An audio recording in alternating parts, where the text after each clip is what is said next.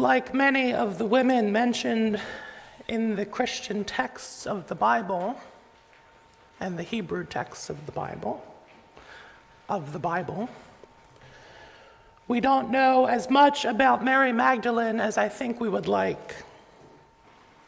For centuries, Mary received a certain reputation as being an impure woman or a prostitute, though more recent theological scholarship has proven that to be incorrect, or at least alleges that to be incorrect.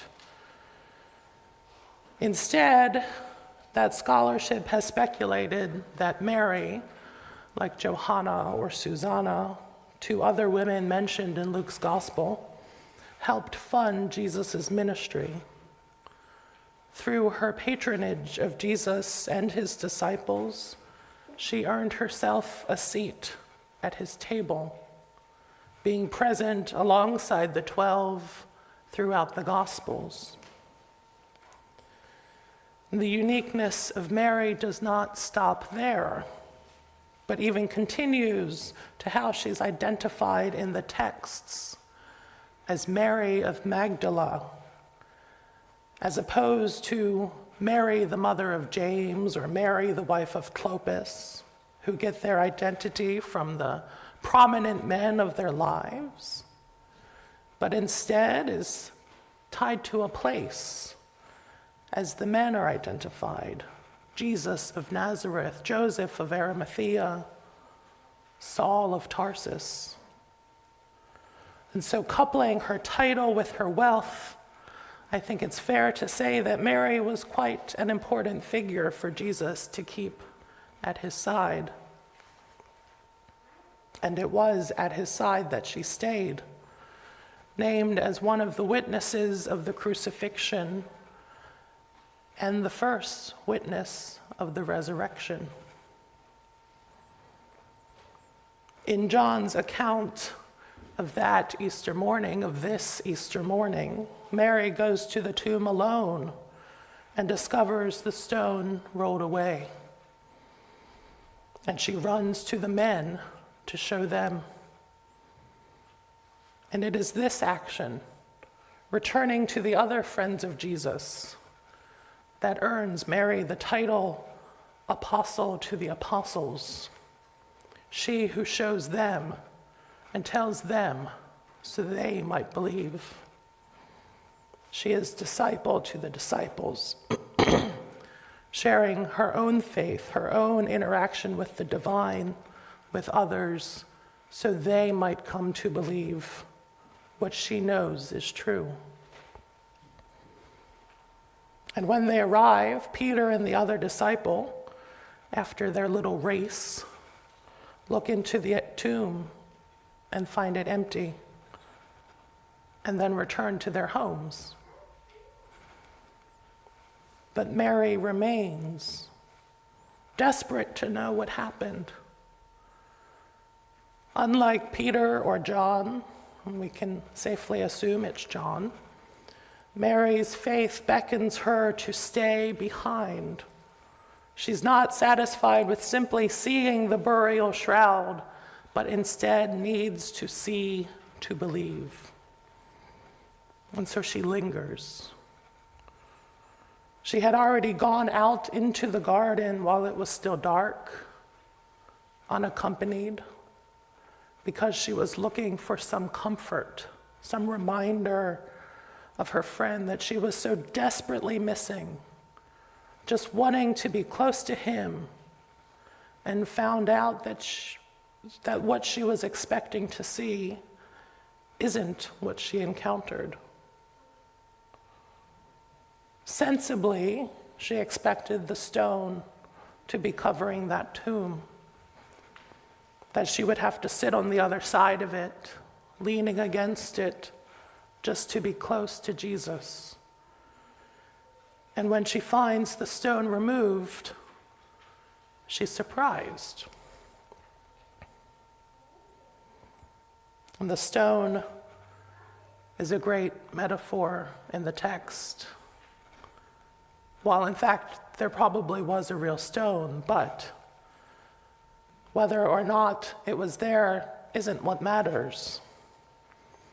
Because if we think of the stone as a thing that exists, as a barrier between us and the Lord, it makes a lot of sense. Because we all have stones that keep us held at a distance from Jesus, that prevent us from seeing him clearly, like Peter and John.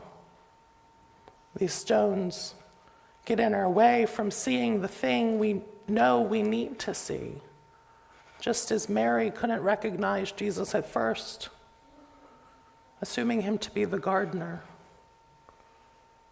which admittedly makes a lot of sense if you're expecting to see Jesus in his tomb and it's empty and you're in a garden.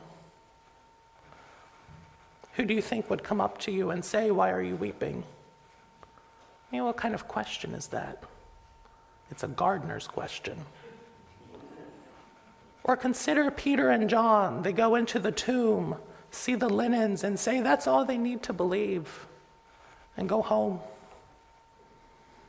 But later they still doubt him when they do see him.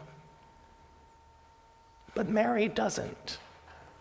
I think this demonstrates pretty clearly that even if the stone is removed, if our barriers are removed, if we think we have what we need to see God, sometimes we're still blocked by a different barrier.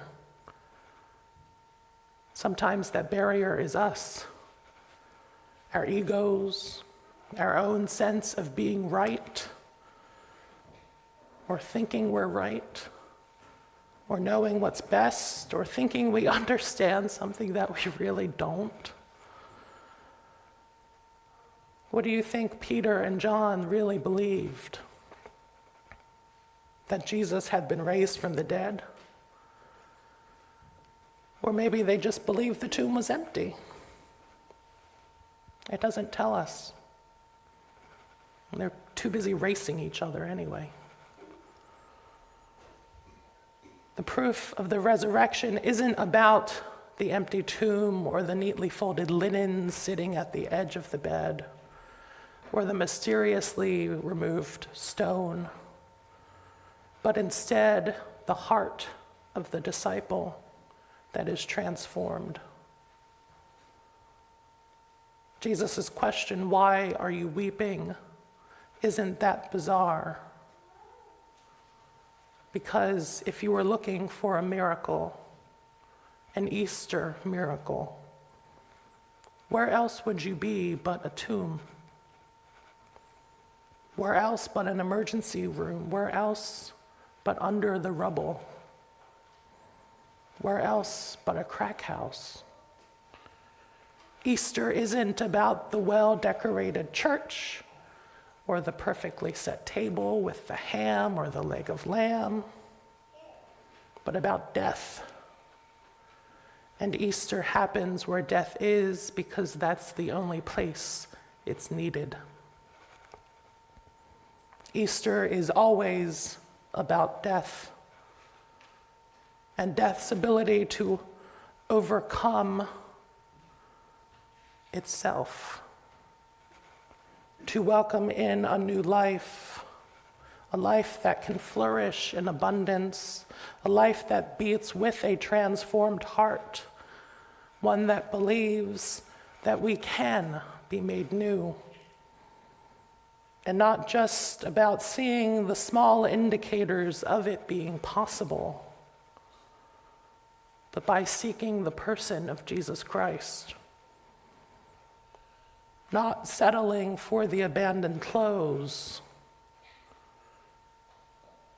but it is in seeking that we will find a Christ who calls us by name and makes himself known to us, who calls us to be disciples to others, others who do not yet know or believe, and whose teachings help us to roll away our own stones so that we might through thought, word, and deed, live lives that are worthy of seeing God. And that is the Easter miracle. Amen.